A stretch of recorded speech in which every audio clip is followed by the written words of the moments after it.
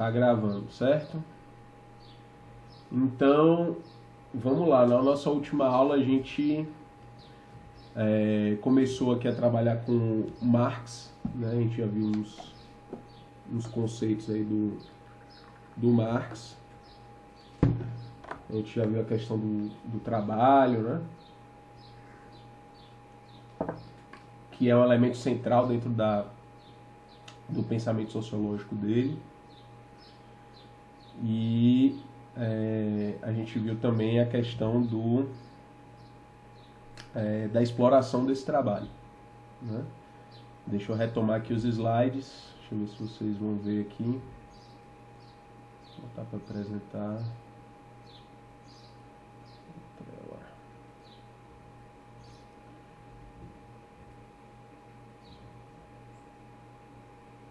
Tá. Estão vendo aí os slides?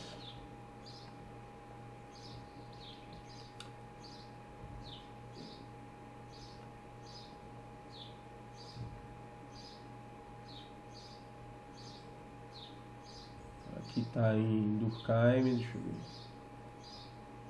Sim, ótimo.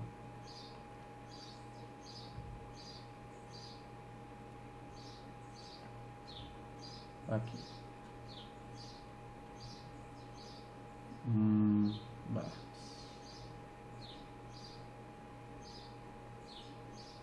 Aqui ele está meio lento aqui para carregar. Ok. Então a gente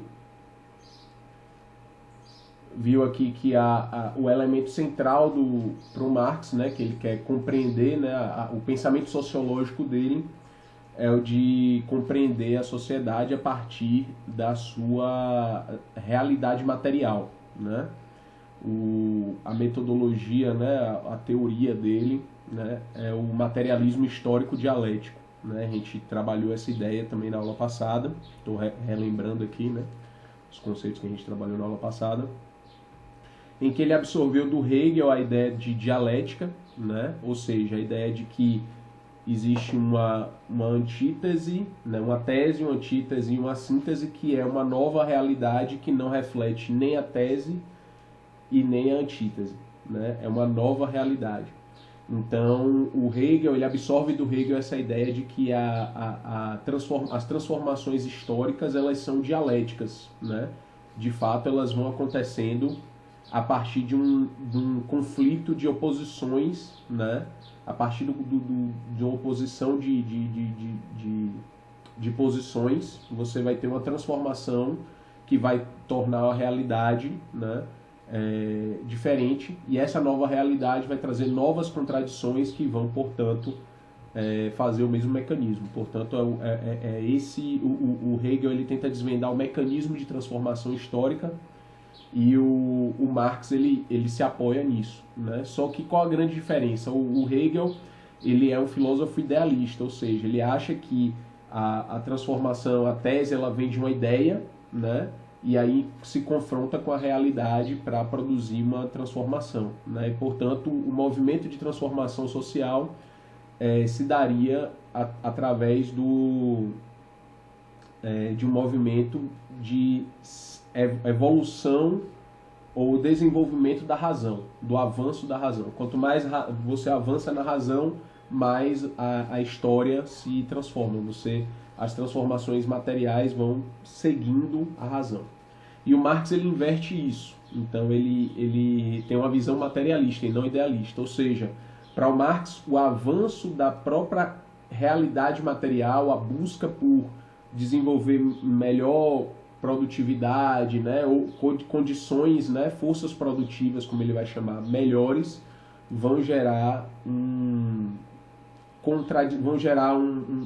desenvolvimento material que, por sua vez, vai estimular novas contradições e novos pensamentos a partir dessa mudança material, e, por sua vez, essa mudança vai produzir um conflito que vai, dialeticamente, transformar a sociedade, certo?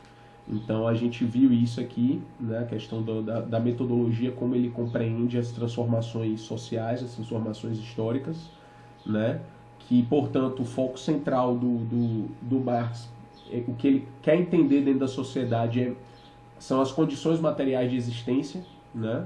Portanto, é como o que a sociedade faz para sobreviver, o que a sociedade produz para sobreviver fisicamente, né? Não esqueçam que ele é um materialista, então ele quer saber da existência física, o que os homens fazem para existir, né? Para se alimentar, enfim, para viver. Para ele, a principal função da organização em sociedade é isso, né? A gente se organiza em sociedade para viver, para poder produzir aquilo que é necessário para a nossa existência, né? Só que aí a questão para o Marx que entra aí é o seguinte, ok, em algum momento da história, aí é que a gente avança, né? Portanto, ele vai dizer que o trabalho, né? Através do trabalho, essa sociedade que se junta para produzir, né? Através do trabalho que você vai produzir o que é necessário, portanto, para ele, o trabalho é o conceito central da sociologia, né? Da análise sociológica que ele tem, né? Enfim, o conceito de trabalho é o elemento central. A sociedade sobrevive e existe através do trabalho. Portanto, o trabalho é o elemento mais fundamental que deve ser entendido dentro da sociedade. Quais as relações que envolvem o trabalho? Qual a dinâmica que envolve o trabalho? Certo? Deixa eu ver se vocês estão falando alguma coisa.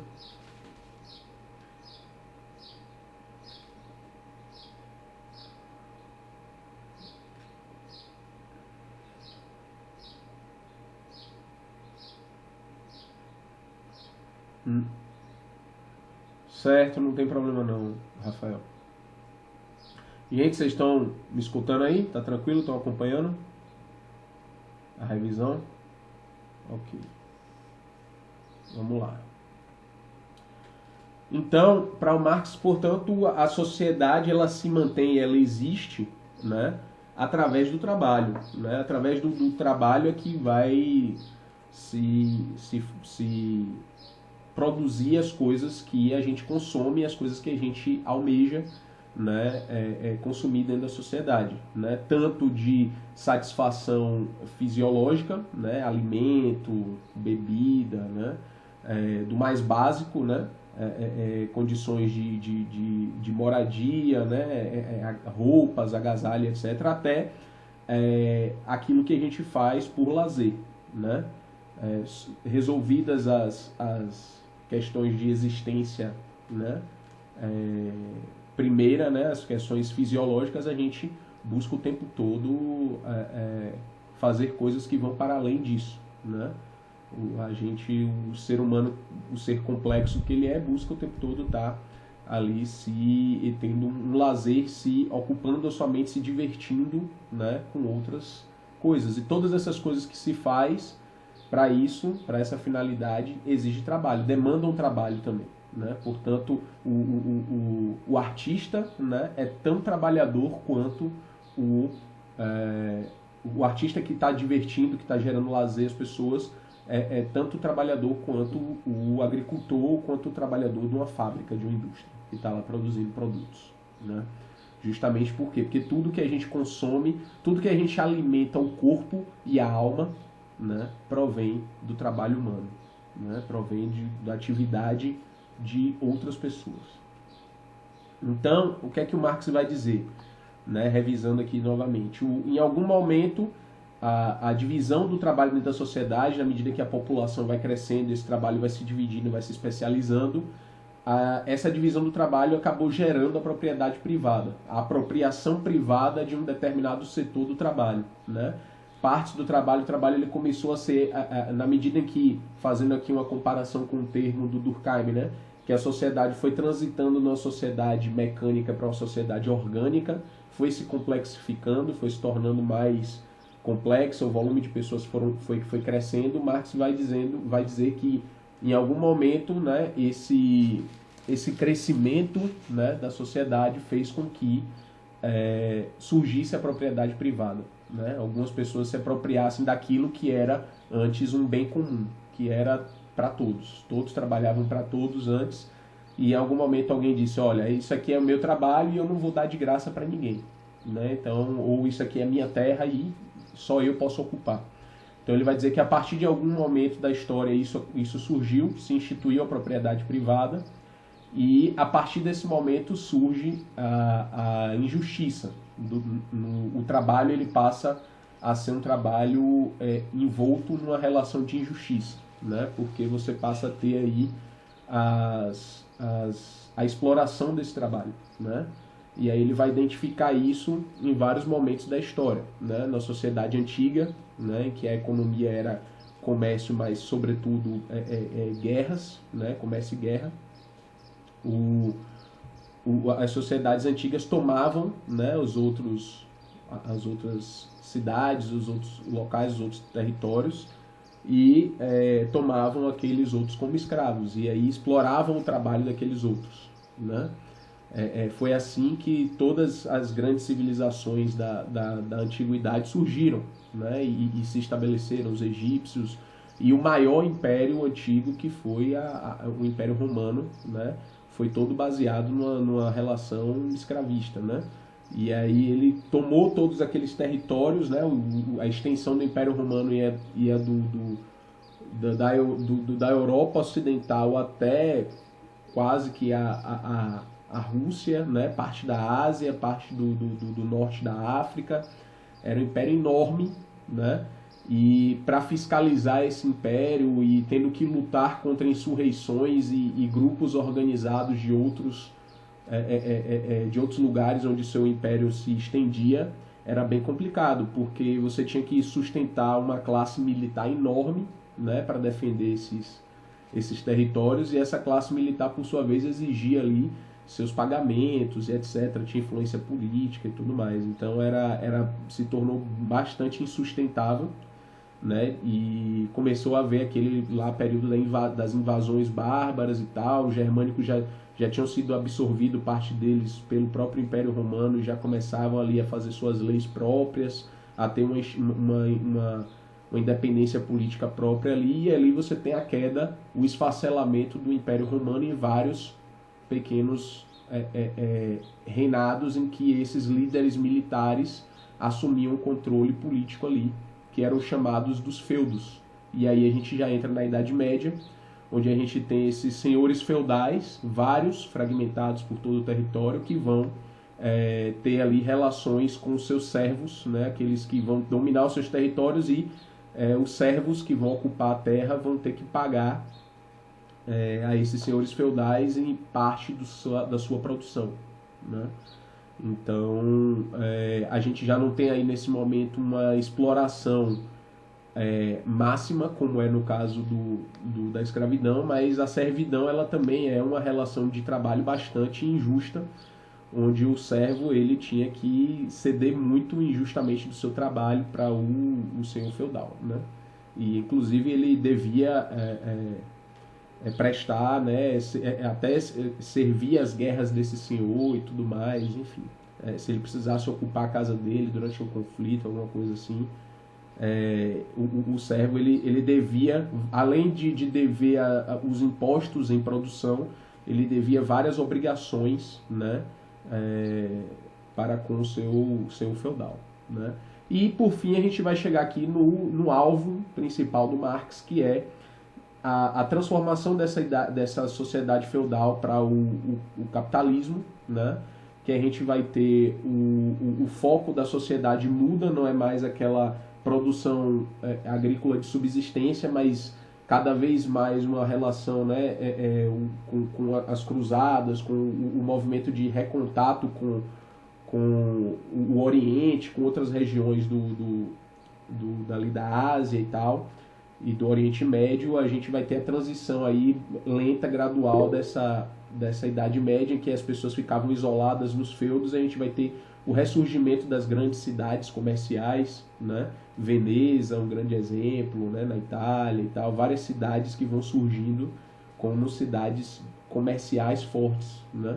E aí a gente vai ter aí essa transição aos poucos, vai surgindo uma classe, essa classe dos comerciantes, né, que viviam ali nos burgos, que são essas cidades, vão formando uma nova classe, que é a classe burguesa, que vai passando a querer e almejar cada vez mais poder político e a serem menos explorados pelos políticos, né, pelos reis, pelos monarcas, a gente vai passando a ter as centralizações ali do Estado e tal, o crescimento dos Estados, a formação das nações, né, ali na Europa, e a gente vai ter essa burguesia aí ascendendo também, se tornando cada vez mais importante politicamente, até que essa burguesia resolve tomar o poder. A gente vai ter esse exemplo aí na Revolução Francesa, em vários outros lugares na Inglaterra. Antes a gente vai ter a Revolução Gloriosa, onde a influência da burguesia para ter participação política vai instituir a monarquia parlamentarista na Inglaterra desde o século XVII.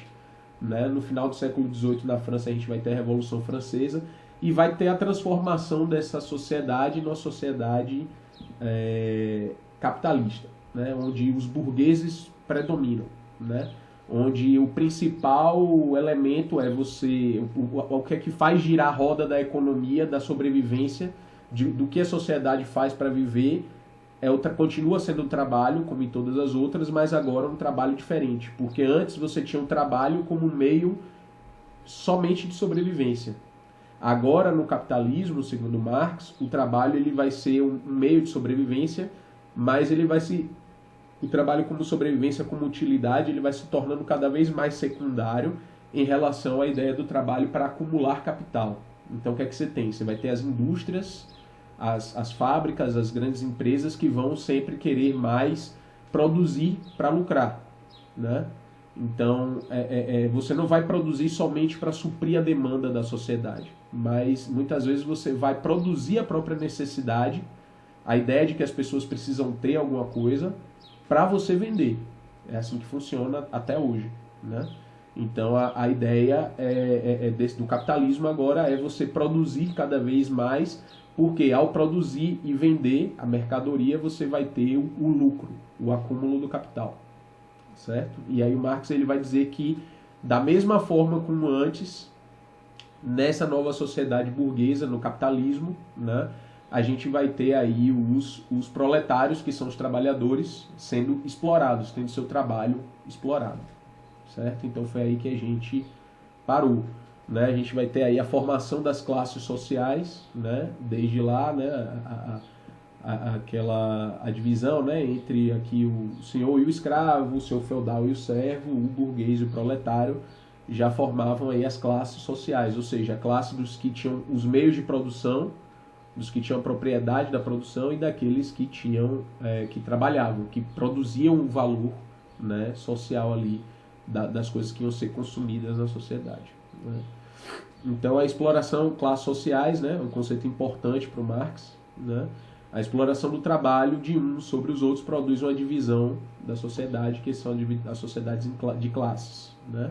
Marx observa que as sociedades de classes se dividem em dois principais grupos, os exploradores ou opressores e os explorados ou oprimidos. A existência das classes sociais é vinculada à existência da propriedade privada.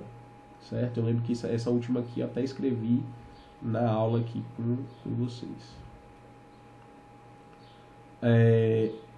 Ok, a gente vai ter aí assim, o surgimento, né, já mencionei, da propriedade privada através da divisão do trabalho, a ideia de luta de classes, que para ele é o que transforma a história, né? Olha lá, a luta de classes é o motor da história, né?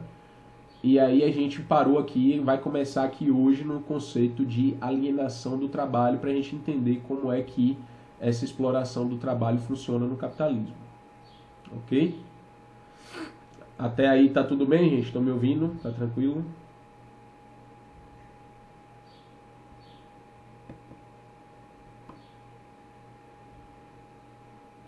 Sim? Ok. Então vamos lá.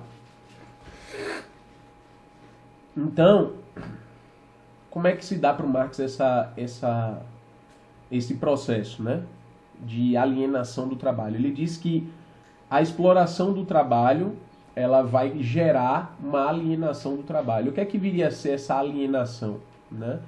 A alienação vem, né, de alienar, né, do alien, de alienar, que é algo estranho, que é quando o trabalho se torna estranho para quem realizou esse trabalho. Né? Ou seja, quando o produto que você produziu para o seu trabalho lhe é estranho. Ou seja, você não se identifica com o produto do seu trabalho. Você não é o dono, né, do seu trabalho. Né? Então, para Marx, no processo de mudança da sociedade pré-capitalista para a sociedade capitalista, o trabalhador perdeu o controle sobre o resultado do seu trabalho. Ou seja, enquanto o trabalhador dominava o produto do seu trabalho antes, no capitalismo o trabalhador perde o controle sobre sua mercadoria e passa a vender sua força de trabalho, tornando-se alienado ou excluído de seu trabalho, resultando na exploração desse. Ou seja, gente, para ele o que é que acontece? Dentro do capitalismo, né, o que é que acontece? Tudo passa a virar mercadoria. Né? Façam um exercício aí, olhem o mundo em seu redor e me digam uma coisa sequer que não tenha uma relação comercial, que não tenha um preço. A gente olha para tudo, tudo tem preço. Né? Um pedaço de terra tem preço, tem um valor. Né? Tudo que a gente construiu aqui ao nosso redor, os materiais de construção e etc. Tudo que existe ao nosso meio, nosso mundo físico, a gente atribui um valor. Né? E isso, segundo Marx, é um processo que veio se atribuindo cada vez mais dentro do capitalismo. Né?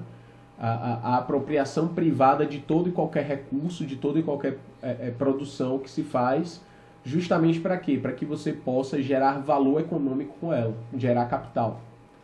Até mesmo o ar que a gente respira e as moléculas de carbono, que a gente não enxerga, mas estão aí, elas têm um tratado internacional, né, o Protocolo de Kyoto, em que a gente tem os créditos de carbono, que um país ele pode comprar do outro créditos de carbono, né, para poder poluir mais, né, produzir mais, industrialmente poluir mais no seu próprio país.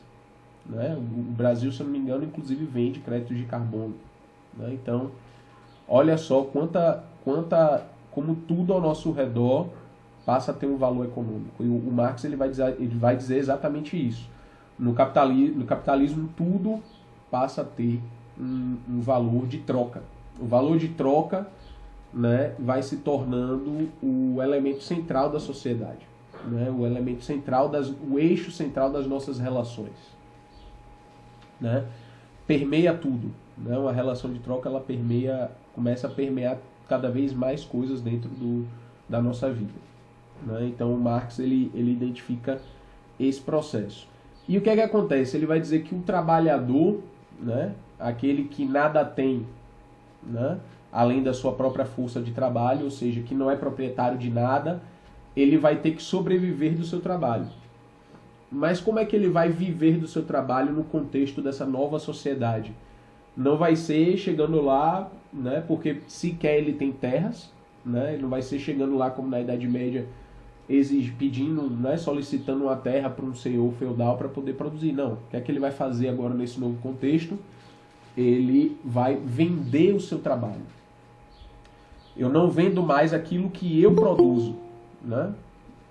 Diferentemente da Idade Média, eu não vendo mais o meu produto, certo? Eu vendo a minha capacidade de trabalhar.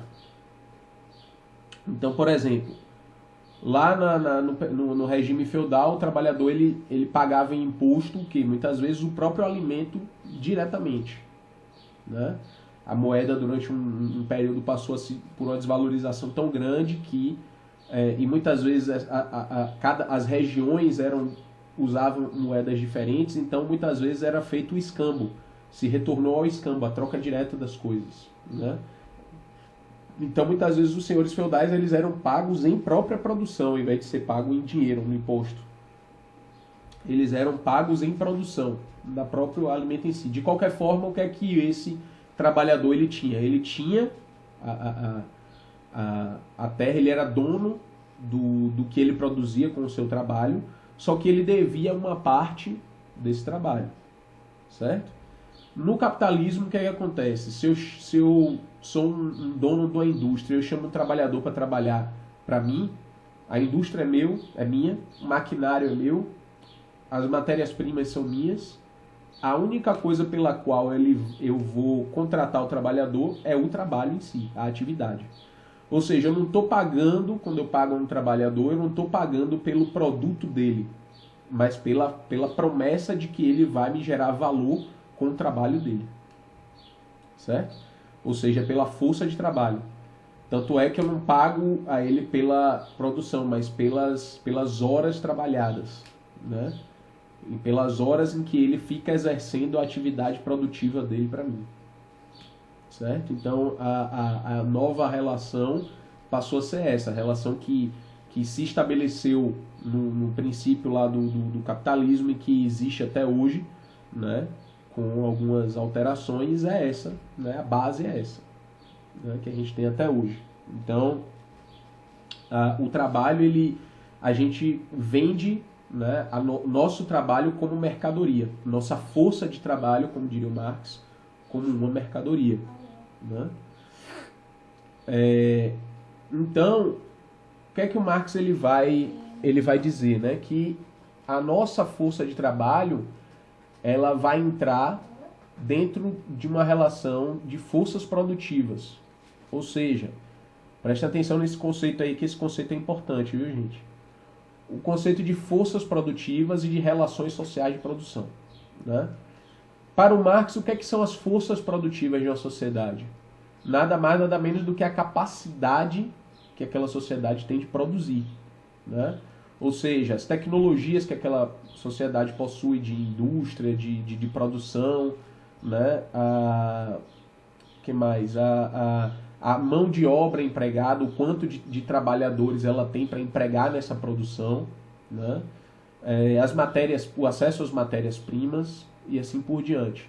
Então isso são as forças produtivas de uma sociedade, ou seja, a capacidade que aquela sociedade tem de produzir.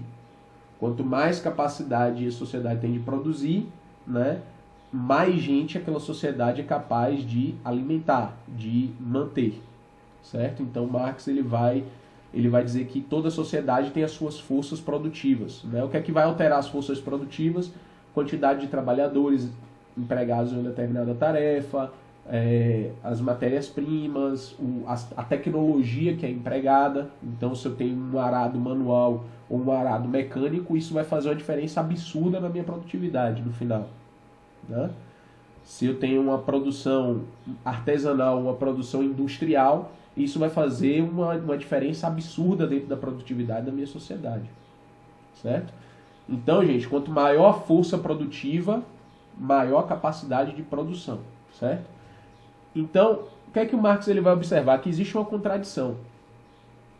Que, à medida que a sociedade capitalista ela avança nas suas forças produtivas, ou seja, na capacidade de produzir, principalmente com o emprego de novas tecnologias, né, de novos maquinários e etc., tecnologias de produção, à medida que a sociedade avança nisso, ela não avança na melhoria das relações de trabalho. Ou seja, o que é que ele está dizendo? Que surge uma contradição. Embora aquela sociedade seja capaz de produzir mais, né, com cada vez mais tecnologia, produzir as coisas de uma maneira mais rápida, de uma maneira mais eficiente, de uma maneira melhor, por mais que você tenha essa melhoria, a melhoria das pessoas que vivem naquela sociedade não acontece na mesma proporção. E aí é isso que ele vai vir um novo conceito, que é a relações sociais de produção, né? Ou seja, embora aquela sociedade ela se organize para produzir, né, e aumente suas forças produtivas, nessa organização da produção, a distribuição do que aumentou de capacidade de produção não é equivalente, né? Ou seja, por mais que o industrial, por exemplo, melhore as tecnologias da sua empresa e etc., ele produza muito mais, o trabalhador ele não vai participar do ganho na mesma proporção daquela que aquela produtividade foi aumentada, certo? Então, o Marx ele observa uma contradição nesse processo. ele vai dizer que é uma contradição entre as forças produtivas e as relações sociais de produção, né? Então, resumindo, né, o que seriam as forças produtivas? Tendo o trabalho como base da sociedade, Marx classificará as tecnologias de produção, a força de trabalho, né, trabalhadores, e a disponibilidade de matérias-primas como forças produtivas, ou seja, a capacidade de produção de uma determinada sociedade. Isso aqui já ficou claro, né? Já como a sociedade se organiza para produzir, ou seja, a divisão de tarefas, o capital, o trabalho e sua relação, denomina as relações sociais de produção, né? Ou seja, a divisão, quem vai produzir, como as riquezas vão ser produzidas e como elas vão ser distribuídas. E isso são as relações sociais de produção, né? Como as riquezas são produzidas e distribuídas, né? Então, o que é que o Marx observa? Ele diz que tem uma contradição. Ele vai dizer, por mais que você tenha um aumento nas forças produtivas, na capacidade de produzir, as relações sociais de produção elas se mantêm injustas. Elas não crescem na mesma proporção, certo? Então, ele identifica que essa é uma contradição na sociedade capitalista e que isso é fruto da continuidade de um processo de exploração do trabalho, né? Ou seja, uma alienação do trabalho acontece nesse processo. O trabalhador ele vende seu trabalho como mercadoria, né? Mas ele participa, portanto, da produção vendendo seu trabalho, mas esse trabalho que ele vende não é equivalente ao valor geral que foi produzido, não é proporcional, né?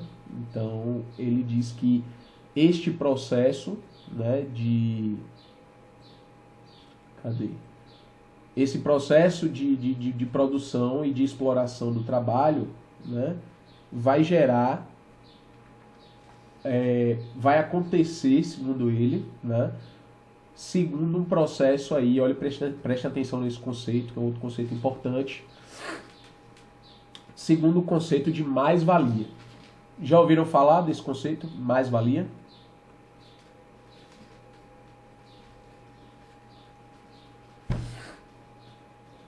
Sim? O que é que vocês entendem aí por mais-valia? O que é que vocês já ouviram falar de mais-valia?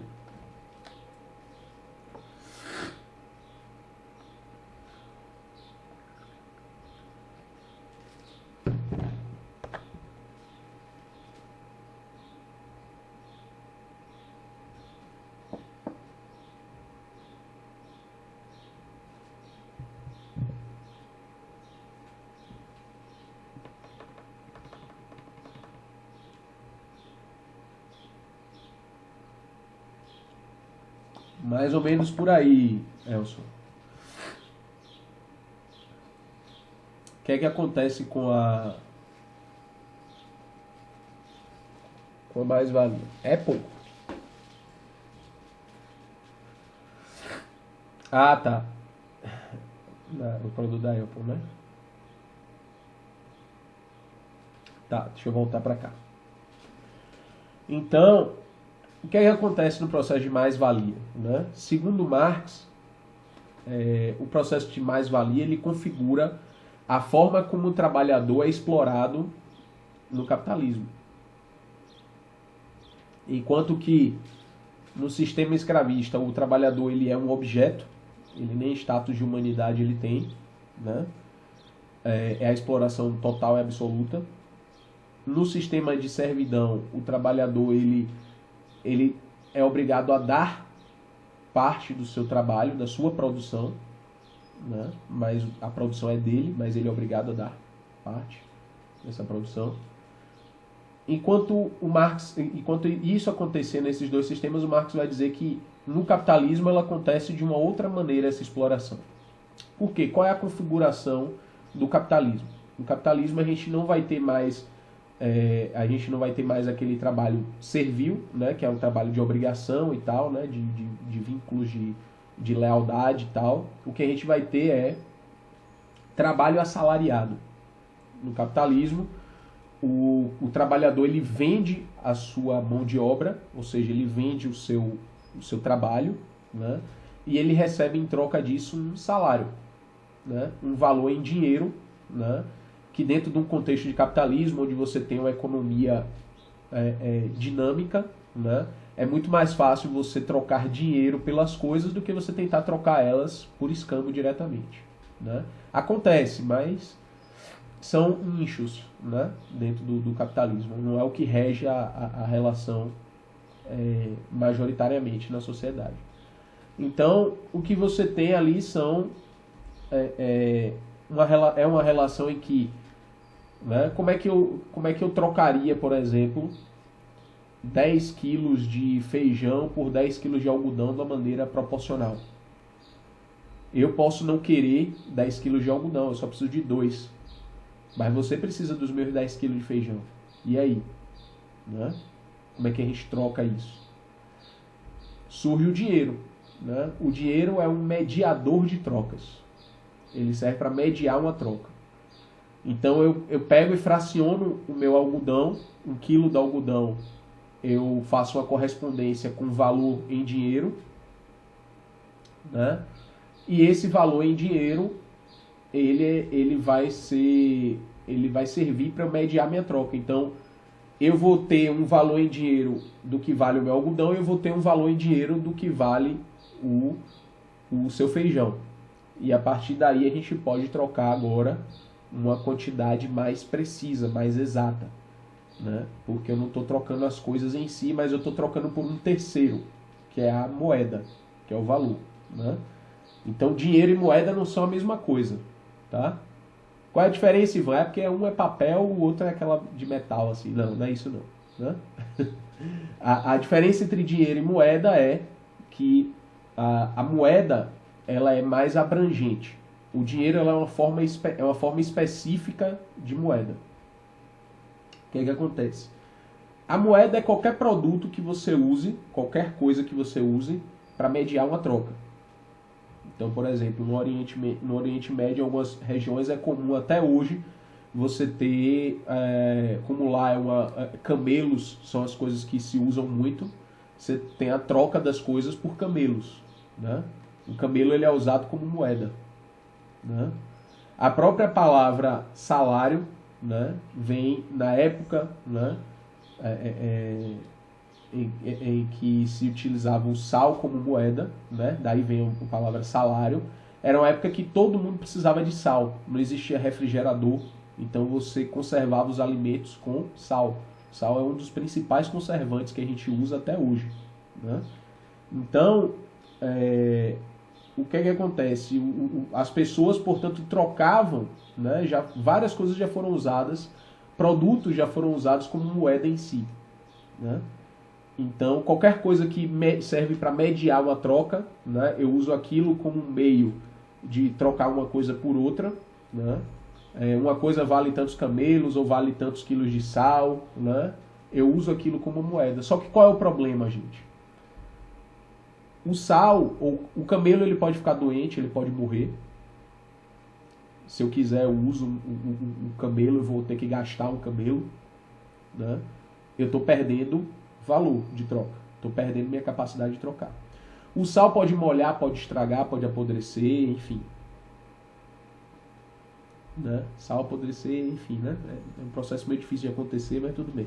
Mas digamos que ele molhou, que grudou e tal, perdi. O que é que acontece?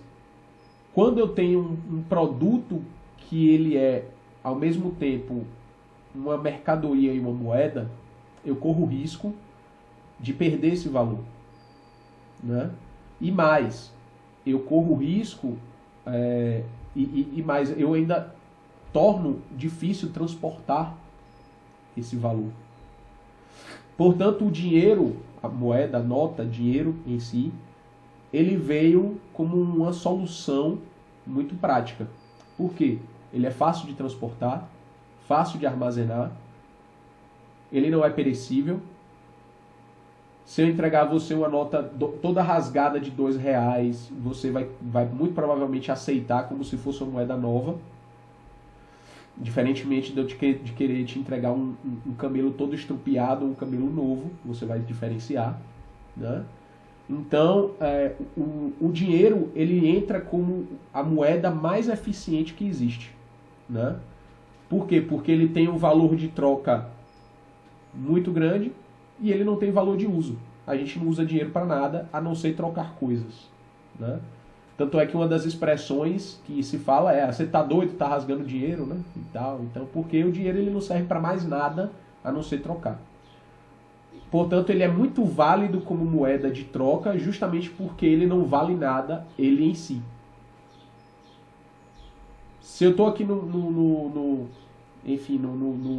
até mesmo dentro do Brasil, vamos lá, eu vou para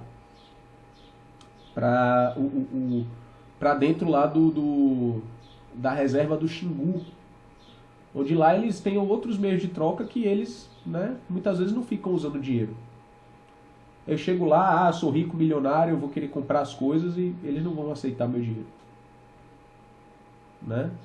Os indígenas que estão lá, eles aqui a gente só usa dinheiro quando a gente troca coisa com os brancos, quando eles vêm aí e tal. Então, aqui a gente usa outras coisas, a gente troca direto e tal. Né? Não faz sentido eu te dar nada aqui por dinheiro. Então, o dinheiro ele só serve dentro de um contexto específico. Tanto é que o nosso dinheiro ele não compra nada em outro país. A gente precisa fazer o quê? Numa casa de câmbio e trocar o nosso dinheiro por um outro dinheiro. Aí vai ter uma equivalência entre os valores das moedas para que eu possa usar esse outro dinheiro. Né?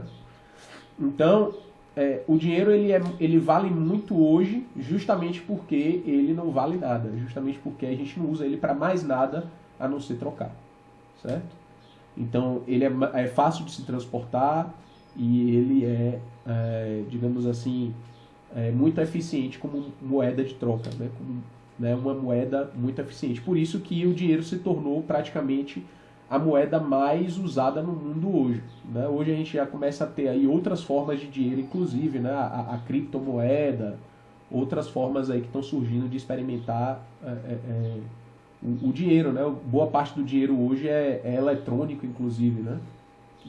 Boa parte das transações que a gente faz são transações eletrônicas, né? Eu vejo lá só o valor que tem na minha conta no banco e tal, e eu nem pego tanto do dinheiro físico, por exemplo. Né? Esse transporte aí fica, né, muito mais entre os bancos, cada vez mais entre os bancos do que e as contas, essas operações, do que uma operação de fato de guardar de usar o dinheiro físico. Né? A gente tem hoje cada vez mais essa abstração do dinheiro. Né? Mas a abstração, na época em que ele surgiu como moeda, ele já era, né, uma abstração grande, né? Porque você tinha valor abstrato materializado num pedaço de papel. E hoje em dia nem isso, né? A gente tem um cartão de plástico que a gente tem o dinheiro que a gente tem acumulado na conta, ou às vezes não tem nenhum, né? Mas enfim, a gente usa, né, para fazer essas trocas.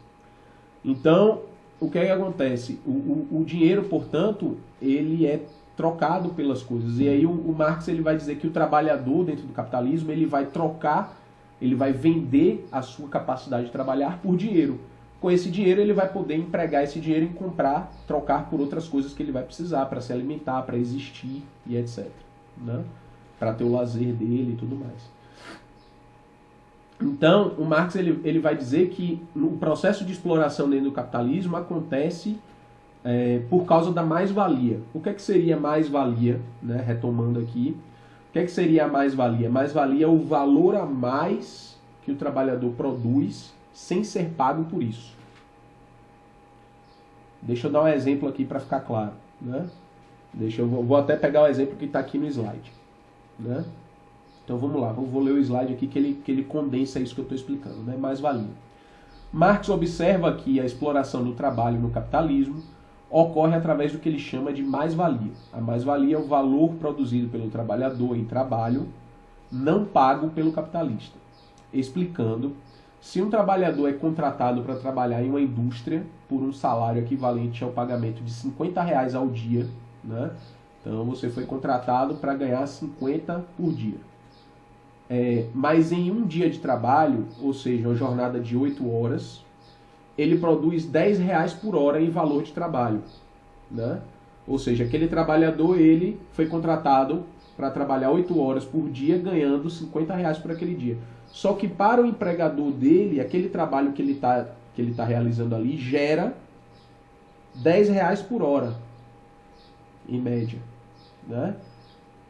Quanto é que ele vai ter, quanto é que o empregador vai ter de lucro de valor produzido com aquele trabalho dele numa jornada? Se é 10 por hora, uma jornada de 8 horas, R$80. Quanto ele pagou ao trabalhador? R$50. Significa, portanto, que a mais-valia desse trabalhador foi quanto? R$30. Ou seja, o valor a mais que ele produziu sem ser pago por isso. Então, segundo Marx, a exploração do trabalho dentro do capitalismo acontece através da mais-valia. Ou seja, o empregador nunca paga a mesma quantidade que o trabalhador produz em valor de trabalho. E percebam, isso daqui não é o lucro. Isso daqui é só o que o trabalhador produziu em valor agregado ao produto daquele dono de indústria, né? Ele produziu 80 de valor. Isso daí é o que ele produziu em valor de trabalho. Ele vai pegar esse valor de trabalho, né, ainda aí esse produto que foi produzido ali, fabricado, vai consultar o mercado, né, qual é a média do mercado, por quanto está se vendendo, né, na concorrência e etc. E ele vai colocar aquilo por um preço dentro disso. Ele vai estabelecer ainda a média, a estratégia de mercado dele. Se ele vai querer ali vender mais barato, um pouco mais barato e vender muito, ou se ele vai vender menos para um nicho específico e vai vender um pouco mais caro para compensar. Enfim, existem estratégias de atuação no mercado. Aí é outra coisa. Aí é com o empreendedor lá. Mas existe, independentemente disso, o valor daquele produto ali em horas de trabalho, né? É o que o Marx vai colocar aqui, olha, com a teoria do valor-trabalho, né? Que é isso aqui. Como é o valor da mercadoria estabelecido, né? Então, Marx ele vai basear essa teoria dele da mais-valia, né, a partir da teoria valor-trabalho, né? O que é que diz a teoria valor-trabalho? Então, vamos lá. Baseado nos estudos dos economistas clássicos, né? A gente vai ter ali David Ricardo, Adam Smith, né? Os economistas clássicos. Eles vão dizer que o valor da mercadoria é estabelecido através do tempo médio de trabalho em sua produção. Ou seja, a gente tem uma produção de um determinado item, né? Numa garrafa dessa aqui, por exemplo, certo? Vamos dizer que em média se gasta, né? Ela tem aqui a parte plástica, ela vai ter a parte de vidro metálica dentro, todo aquele processo aqui para compor o quente-frio que tem aqui dentro, né? A parte de design de como as peças plásticas vão ser produzidas, né? Os encaixes e etc. Então, a gente vai ter um valor, né, de trabalhado, né, um tempo de trabalho para se produzir isso aqui, né? Aí, como é que eu calculo o valor do tempo trabalhado nisso daqui? Eu vou pegar o tempo médio de trabalho, né? Eu não posso pegar um trabalhador específico e contar, quanto mais horas ele trabalhou, mais vai valer aquilo ali. Não, porque senão todo mundo começa a trabalhar devagarzinho e você tem um valor absurdo em tudo, né? Então, o que acontece? Você calcula o valor médio. Então, eu tenho várias pessoas produzindo, várias indústrias, enfim, produzindo aquele produto. Qual é o valor médio que se gasta para produzir isso aqui? A partir disso, eu estabeleço um valor trabalho, né, baseado em tempo de trabalho, né, a hora média, né, de trabalho utilizada na produção daquele produto, né? Então, por exemplo, por que algumas frutas são tão baratas? Porque o seu único trabalho é coletar, armazenar e levar elas, ainda mais se forem frutas abundantes na nossa região, né? E por que um carro geralmente tem um valor tão grande? Olha o quanto de trabalho, quanto de matéria-prima e quanto de trabalho de transformação de vários tipos de matéria-prima. Olha quantos tipos de trabalho, quantos trabalhadores envolvidos existem na produção de um objeto complexo como é um carro.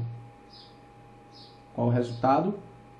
O valor dele, quanto tempo trabalhado ali, quantos tipos de trabalho diferentes foram aplicados ali, do design, da concepção, né?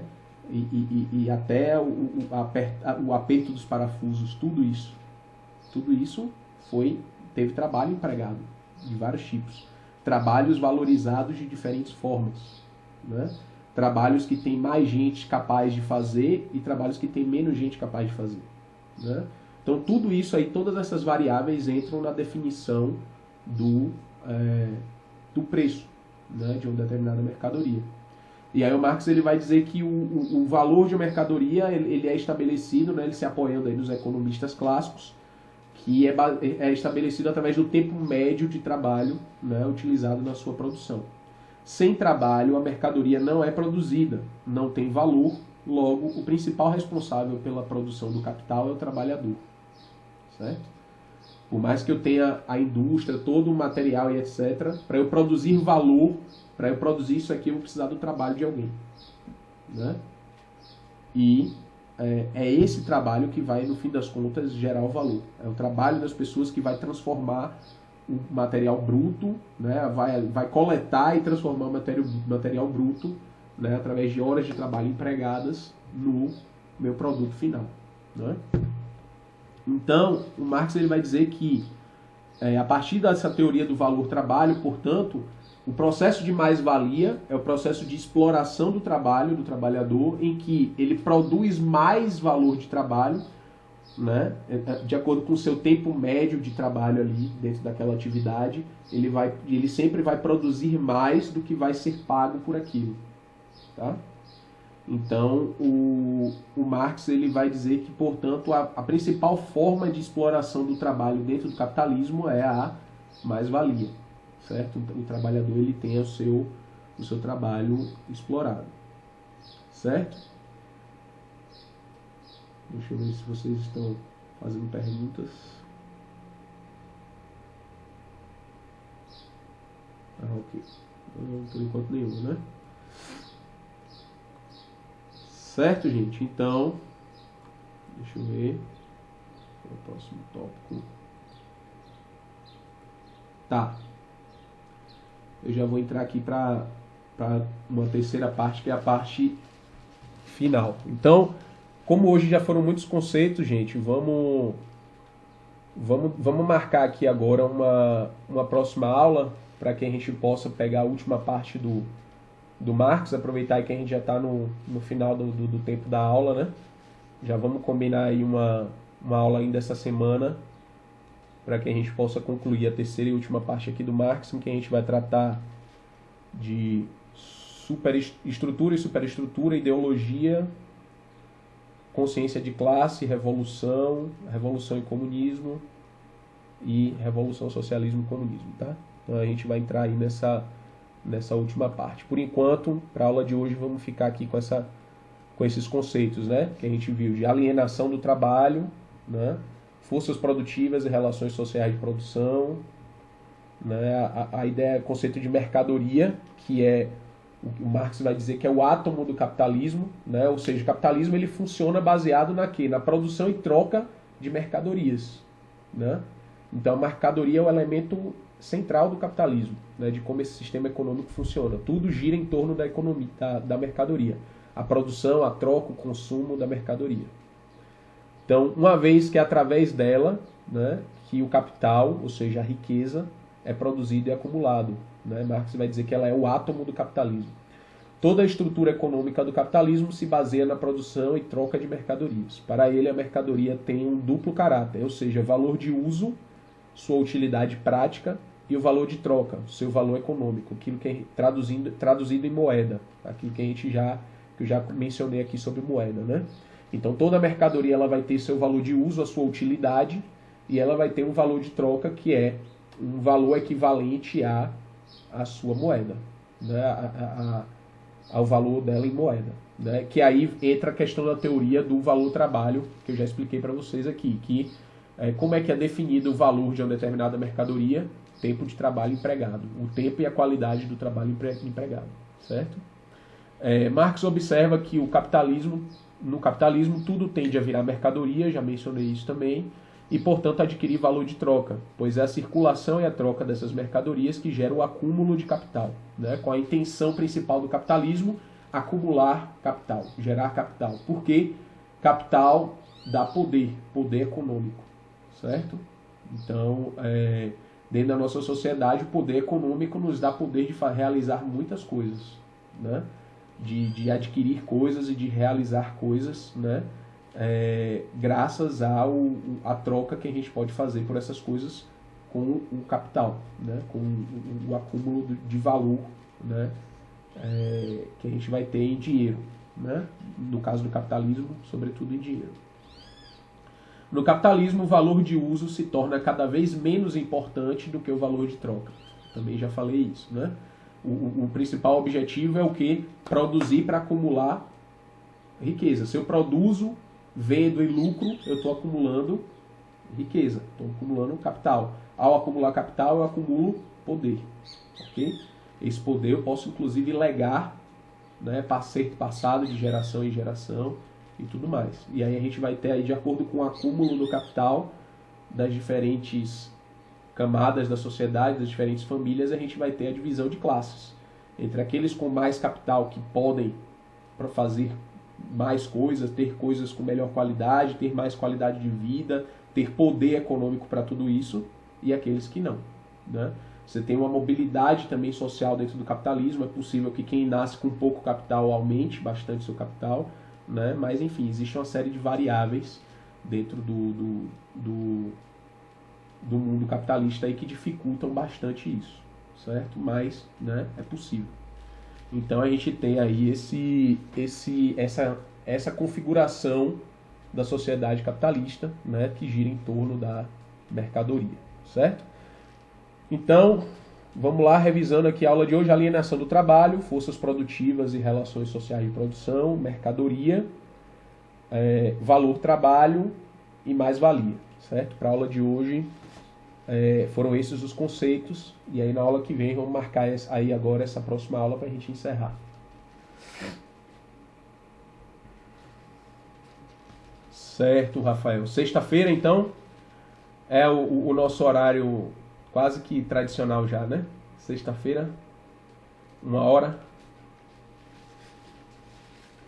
O horário das aulas extras.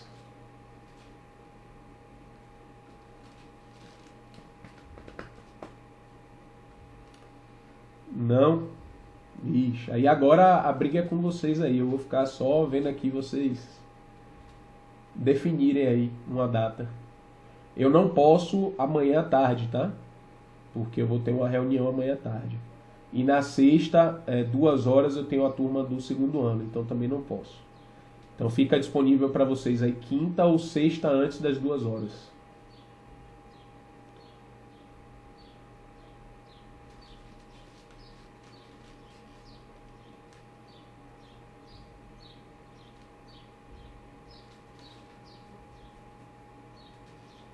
Pera aí, vamos fazer uma votação. Pronto, vamos fazer uma votação. Quinta. 1 é quinta. 2 é sexta. Votem aí agora. 3, 2, 1, valendo.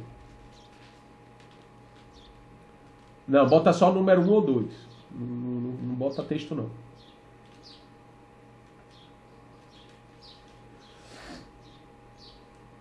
Só voto uma vez, hein? Eu tô de olho aqui.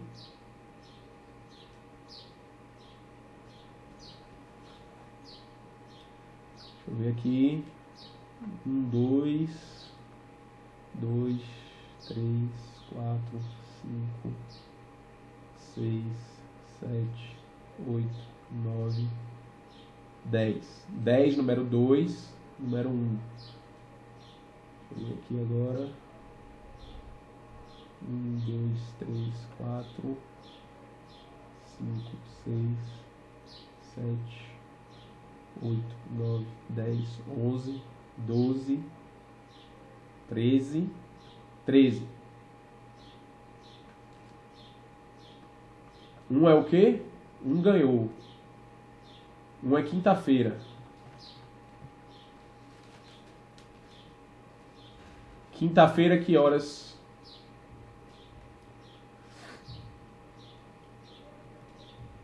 A partir das 9 da manhã já tá valendo. Que horas? 9 horas?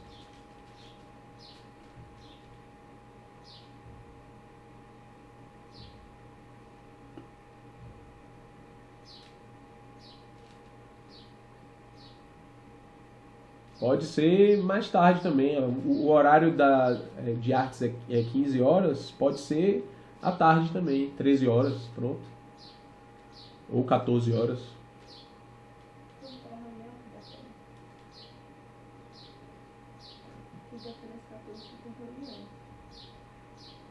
É amanhã.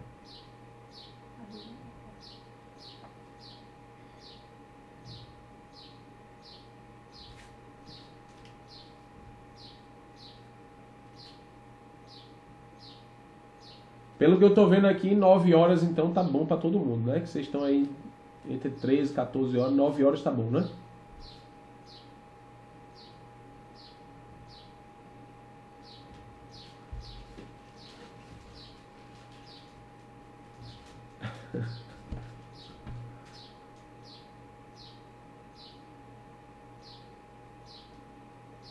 Tá.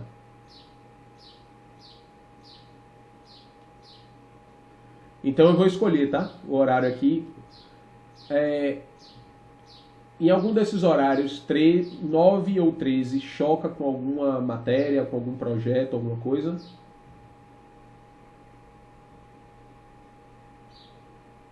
Eu quero saber isso. Se tem algum choque de horário. Tem?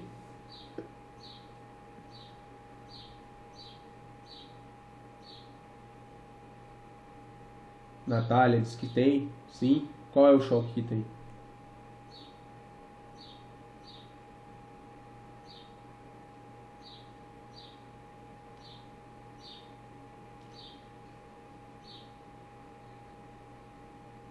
$15. Pronto. 15 horas já sabemos que não. Então tem que ser antes das 15. Vamos fazer o seguinte. 13 horas então, tá? Tá combinado. 13 horas. Certo? Eu dei a oportunidade aí da democracia para vocês, né? Vocês não aproveitaram, então às vezes é importante ter um ditador, né? Para poder definir as coisas. 13 horas. Tá definido já. Quinta-feira, 13 horas. Última aula de Marx. Ok? Vou até tirar print aqui.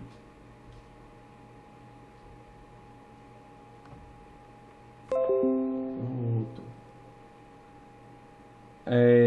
Tá gravada a aula, eu vou postar lá no canal.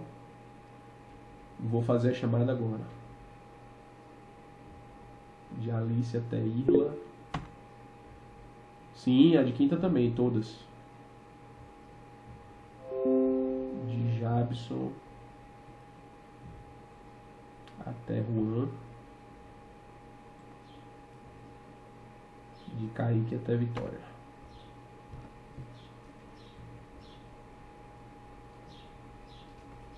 Pronto. Certo? Pronto, já tirei minhas prints aqui da presença de vocês. E por hoje é isso, gente. Tá? Ah, bem lembrado, Alice. A segunda questão a segunda avaliação de Durkheim, né? Eu vou postar ela. Vocês têm que fazer até o final dessa semana, hein? Eu vou fazer o seguinte, eu vou postar amanhã, eu posto essa prova de Durkheim para vocês. Até amanhã eu posto. E vocês vão ter até domingo para fazer, certo? Para que a gente feche aí, porque Deixa eu ver o calendário de novo aqui. Na terça-feira vai ser a gente já vai estar encerrando o Marx, e aí vocês já precisam vou fazer a prova do Marx até o dia 13. Então vai ser uma prova aqui, ó, Durkheim até dia 6, depois vocês vão fazer a prova de Marx até o dia 13. E no dia 8, que é a terça-feira que vai ser nossa aula, a gente já começa o Weber. Então a gente vai ter aqui as 3 aulas de Weber. Então aqui é o dia 8, dia 15. E vocês vão ter até o dia 20 para fazer a prova do Weber, certo? E aí já tem que correr. Aliás, não, vamos fazer o seguinte, ó, já vou marcar previamente aqui. Terça a gente já faz a primeira aula do Weber, na sexta a gente faz a segunda ou na quinta, a gente vê aqui, a gente combina. E aí no dia 15 a gente já faz a última aula do Weber e encerra, que é para até o dia 20, não, até o dia 19, 20, vocês fazerem a prova do Weber, porque aí a gente já encerra aliás não, vou botar até dia 19, tá, gente? Até o dia 19 que vocês fazem a prova do Weber, porque aí eu já fecho as notas, e porque nessa semana aqui, a última semana de dezembro, né, já tem que postar as notas de vocês e tal, porque já entra pro recesso, certo? Então vai ser um pouco corrido aí esse final, né? Vocês vão fazer prova aí agora até, né, as semanas todas seguintes, assim, desde essa semana até a próxima, sempre fazendo avaliações, ok? Para que a gente encerre. Então, gente, tá gravada a aula aqui, mais tarde eu vou disponibilizar lá no mural do nosso curso. Tem um videozinho do YouTube que é interessante, que trata sobre a questão da moeda também, naquele canal Nerdologia, eu vou postar lá para vocês também, é um vídeo interessante para vocês assistirem. E é isso, tá? Até quinta-feira então, 13 horas. Abraço a todos e é isso. Tchau, tchau.